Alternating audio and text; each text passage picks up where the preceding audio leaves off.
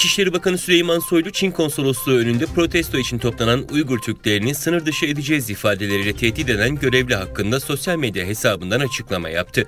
Urumçi'de 21 katlı bir apartmanda çıkan yangında kapı dışarıdan kilitli olması sebebiyle evlerinden kaçamayan tamamı Uygur Türk'ü 44 kişinin hayatını kaybetmesi üzerine sabah saatlerinde İstanbul'daki Çin Konsolosluğu önünde nöbet başlatan Uygurlar polisin gözaltı ve sınır dışı tehdidiyle karşılaştı. Güvenliği sağlarken kullanılan bazı ifadeler kastı aşmıştır diyen Soylu, olayla ilgili soruşturma başlatıldığı bilgisini verdi. İstanbul Emniyet Müdürlüğü ise konuyla ilgili açıklamada bulunarak kardeşlerimizi incitmek için değil dedi.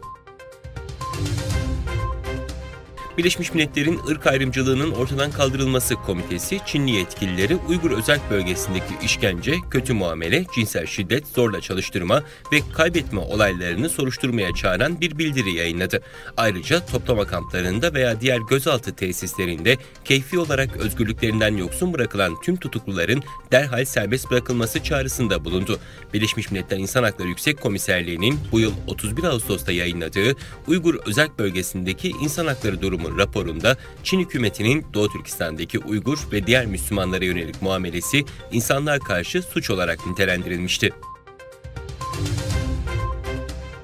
Uluslararası ajanslarda yer alan son dakika bilgisine göre Çin'in eski lideri Jiang Zemin 96 yaşında hayatını kaybetti. Ülkenin devlet medyası Jiang'ın ölüm nedeninin lösemi ve çoklu organ yetmezliği olduğunu duyurdu. 1993-2003 yılları arasında Çin Devlet Başkanlığı görevini yürüten Zemin, 1989'daki Tiananmen Meydanı ayaklanmasının ardından iktidara gelmişti. Jiang'ın iktidarda olduğu yıllarda 1997'de Doğu Türkistan Gulca şehrinde 4 Şubat olayında yüzlerce Uygur öldürüldü.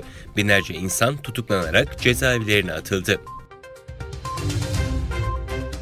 Çin ve Rusya'ya ait bombardıman uçaklarının Japon denizi ve Doğu Çin denizinde tatbikat yaptığı bildirildi. Japonya Savunma Bakanlığı, Japon ulusal hava sahasının ihlal edilmediğini duyurdu. Yabancı uçakların seyrine karşılık Japonya Hava Üst Savunma Kuvvetleri'ne ait savaş uçaklarının bölgede havalandığı belirtildi. Nijerya'nın Kogi eyaleti hükümeti güvenlik sorunlarıyla mücadele için Çin'le 60 milyon dolarlık anlaşma imzaladı. Kogi eyaleti güvenlik sorumlusu yaptığı açıklamada eyalette teröristler ve silahlı çete üyeleriyle mücadelede yüksek teknolojilerin kullanılması için Çin'le 60 milyon dolarlık anlaşma yaptığını belirtti. Çin Komünist Partisi ülkede 10 yıldır gerçekleşen en büyük sokak gösterilerini dış güçlere bağladı ve katı koronavirüs kısıtlamalarından bıkan binlerce Çinlinin isyanını düşman güçlerin sızma ve sabotaj faaliyeti olarak değerlendirdi.